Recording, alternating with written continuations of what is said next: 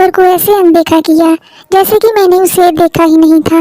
बिना सोफे की तरफ देखे हुए हाथ में गीला तौलिया लिए मैं सोफे के सामने से गुजरी और थोड़ा आगे जाने के बाद जानबूझकर तौलिया। मेरा नाम अन्नू मिश्रा है। आज मैं आपको एक नई कहानी सुनाने जा रही हूँ। मेरे पति दूसरे शहर में चले गए। जॉब के कारण मैं घर में अकेली रह गई। पति के बिना कुछ भी अच्छा नहीं लगता था। मेरी एक बहुत ही खास सहेली है जिसका नाम पूर्वी है। हम दोनों ने 12वीं तक एक साथ पढ़ाई की थी और उसके बाद दोनों का साथ छूट गया। हालांकि हम दोनों हमेशा एक दूसरे के संपर्क में रहे। मैं उसकी शादी में भी गई थी। उसके ससुराल चले जाने के बाद मैं अभी कुछ दिन पहले ही मेरी और उसकी मुलाकात हुई। क्योंकि देश में लॉकडाउन के कारण 2 साल वो अपने मायके नहीं आई थी। हम लोग अपनी ज़िंदगी के बारे में बातें कर रहे थे और साथ ही अपनी लाइफ के बारे में भी बात कर रहे थे। शादी से पहले भी नैना ने अपने बॉयफ्रेंड के साथ भी काफ़ी मज़े किए थे।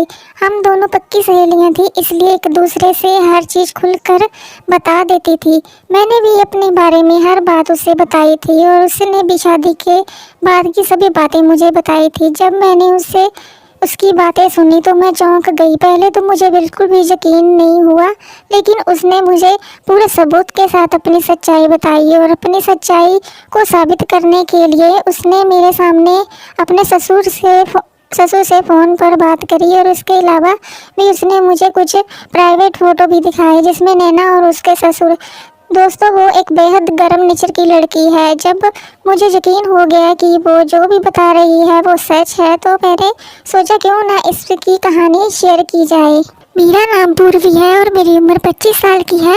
मेरी शादी को हुए 3 साल हो चुके हैं, लेकिन अभी मुझे बच्चा नहीं हुआ, इसलिए हम लोग फैमिली प्लानिंग कर रहे हैं। मैं आपको अपने बारे में बता दूं, मैं एक बहुत ही खूबसूरत लड़की हूँ। बदन भरा हुआ है, मेरा रंग गोरा और फिगर 36 का है।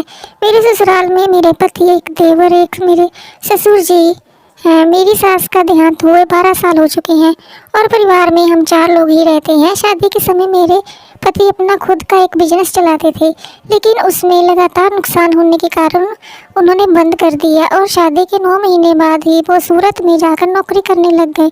वो वहाँ अकेले रहते थे और घर पर भी हम 3 लोग ही रहा करते थे। दोस्तों, जब से मैंने जवानी की दहलीज पर कदम रखा, स्कूल टाइम से ही मेरा एक बॉयफ्रेंड बन गया था जिसके साथ मैं फ़ोन पर भी रोज़ बात किया करती थी। उसके बाद मेरे ही मोहल्ले में एक लड़के से मेरा चक्कर पड़ गया। उसके बाद मेरी शादी हो गई और मैं अपने ससुराल आ गई। इसके बाद मेरे पति के अलावा मेरा किसी के साथ कोई संबंध नहीं था। मेरे पति मुझे हर तरह से संतुष्ट कर देते थे, जिससे कभी मुझे किसी और मर्द की ज़रूरत नहीं पड़ी। शुरू के 9 महीने तक तो वो मेरे साथ ही रहे, लेकिन उसके बाद वो सूरत चले गए और मैं अपने देवर और ससुर जी के साथ घर पर अकेली रहने लगी। वो 6 महीने में एक बार ही आते थे और मुश्किल से 1 हफ्ते रुकने के बाद चले जाते थे। मेरी आदत ऐसी थी कि मुझे रोज़ पति का प्यार चाहिए था। मैं रात में अपने कमरे में अकेली बिस्तर पर लेटी हुई करवट बदलती रहती थी और जब कभी मुझसे सहन नहीं होता था तो मैं धीरे धीरे आगे बढ़ रहा था और मैं घर में अकेली का टाइम पास नहीं हो रहा था। कई बार मेरे दिमाग में आया कि किसी मर्द को अपना दोस्त बना लूं, जैसे कि शादी से पहले बनाया करती थी, लेकिन ये बात बहुत मुश्किल थी क्योंकि मेरे घर ऐसा कोई आता जाता भी नहीं था और मैं अकेली कहीं पर जाती भी नहीं थी जिससे कि मेरे किसी मर्द के साथ दोस्ती हो सके। दोस्तों, दुनिया में इंसान हर चीज़ को कंट्रोल कर सकता है, लेकिन कुछ चीज़ें ऐसी होती हैं जो कंट्रोल से बाहर होती हैं और ऐसी स्थिति में हम लोग बहुत सारे रिश्ते नाते भूल जाते हैं। मेरे साथ भी ऐसा ही हुआ और मेरी निगाह मेरे देवर की तरफ जाने लगी। मेरा देवर, जो कि मुझसे काफ़ी छोटा है और उसकी उम्र 19 साल की है, वो दिखने में पतला दुबला है, लेकिन लड़की की भूख ये सब भूल चुकी थी। मुझे बस वो एक मर्द ही नज़र आ रहा था जिसकी मुझे ज़रूरत थी। धीरे धीरे मैं देवर के ऊपर डोरे डालने लगी। देवर भाभी का रिश्ता भी मजाक का होता है, जिससे किसी को भी शक नहीं होता था। घर पर मैं गाउन ही पहनती थी और उसे अपनी ओर आकर्षित करने के लिए स्टाइलिश कपड़े या फिर नेट की साड़ी पहना करती थी। मैं जानबूझकर उसके सामने झुककर काम किया करती थी जहाँ जो उसकी नज़र मुझ पे टिकी रहे। उसके सामने सब जब मैं बिस्तर पर या सोफे पर लेटती थी तो अपने गाउन को घुटनों के ऊपर तक उठा लेती थी ताकि वो मुझे देखने पर मजबूर हो जाए।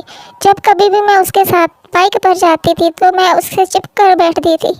जब भी ससुर जी के घर पर नहीं होते थे तो मैं उसके साथ बार बार सामने जाती थी और किसी न किसी बहाने से अपना प्रदर्शन करती थी। लेकिन मेरे ऐसा करने का उस पर कोई भी प्रभाव नहीं पड़ रहा था। वो एक पढ़ाकू किस्म का लड़का था और अपनी पढ़ाई में ही खोया रहता था। मेरे प्रदर्शन करने के बाद भी उसके अंदर कुछ नहीं हुआ।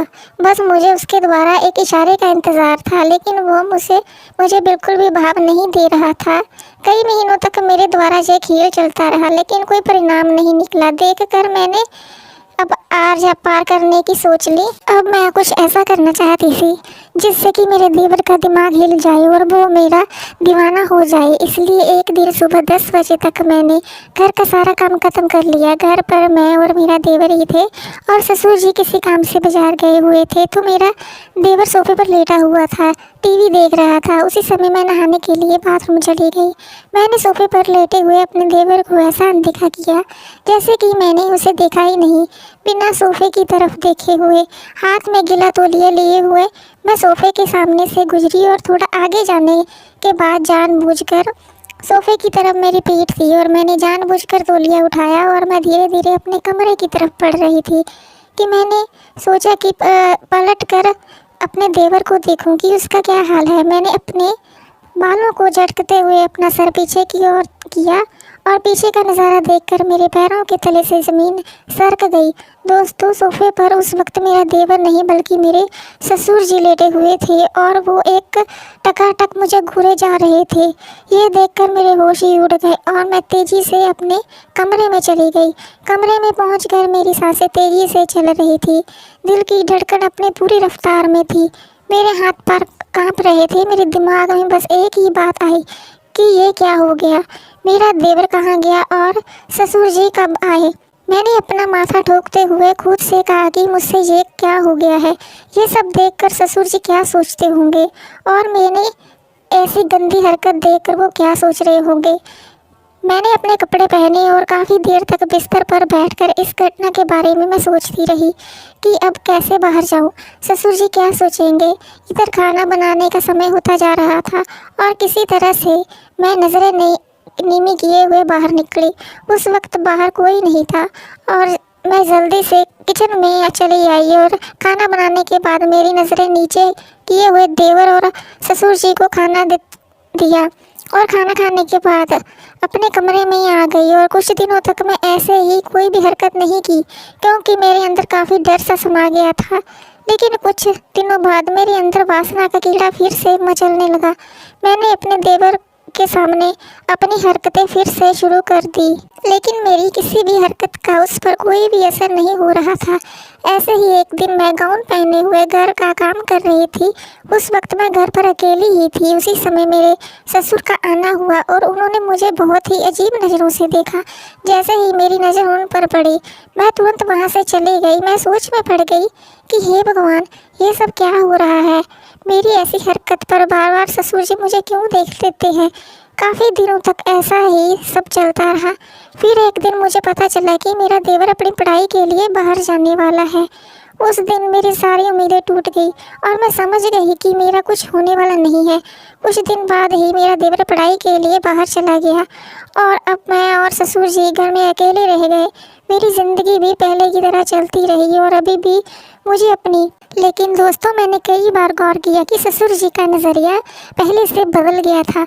उनका मुझे देखने का तरीका, मुझसे बात करने का तरीका, इन सब में काफ़ी फ़र्क आ गया था। अब वो हमेशा मेरे लिए कुछ ना कुछ खाने के लिए लाने लगे, मेरे लिए साड़ी खरीद कर लाने लगे, यहाँ तक कि मेरे लिए गाउन भी खरीद कर लाते। इससे पहले वो कभी ऐसा नहीं करते थे, इसलिए मुझे उन पर थोड़ा शक होने लग गया। थोड़ा अब जब भी मैं साड़ी पहनती तो उनकी नज़र मेरे पेट पर और मेरी कमर पर ही टिक जाती थी। मैं घर का काम करती रहती और उनकी नज़र मुझे ही देखती रहती थी। धीरे धीरे ऐसा होने शुरू हो गया कि जब मैं उन्हें चाय देने जाती तो वो मेरे हाथों को छूने लगते। उनकी निगाहों ने मुझे मेरे प्रति साफ साफ दिखाई दे रहा था। मेरे ससुर जी की 54 साल उम्र है। वो शरीर से काफ़ी हट्टे कट्टे मर्द हैं। उनके शरीर पर बुढ़ापे का एक भी असर दिखाई नहीं देता और वो अभी पूरी तरह से फिट है। लेकिन वो थे तो मेरे ससुर ही, और मैं उनके लिए ऐसी गंदी बात सोच भी नहीं सकती थी। अब कोई मुझे गलत समझे या सही, अपनी आदत से मजबूर होकर मैं भी उनके प्रति झुकने लगी। धीरे धीरे मैंने उनके साथ वैसा ही करने लगी जैसा मैं अपने देवर के साथ किया करती थी। मेरे ससुर इस मामले में होशियार थे और वो मेरी इन हरकतों को अच्छे से भांप गए। जल्द ही वो मुझे देखकर मुस्कुरा देते और उन्हें देखकर मेरे चेहरे पर भी हल्की सी मुस्कुराहट आ जाती। लेकिन पहल भी कोई नहीं कर रहा था। दोनों के मन में एक दूसरे का डर था, क्योंकि दोनों का रिश्ता ही कुछ ऐसा था कि ऊपर से हम दोनों की उम्र में भी एक दूसरे से मेल नहीं खाती थी।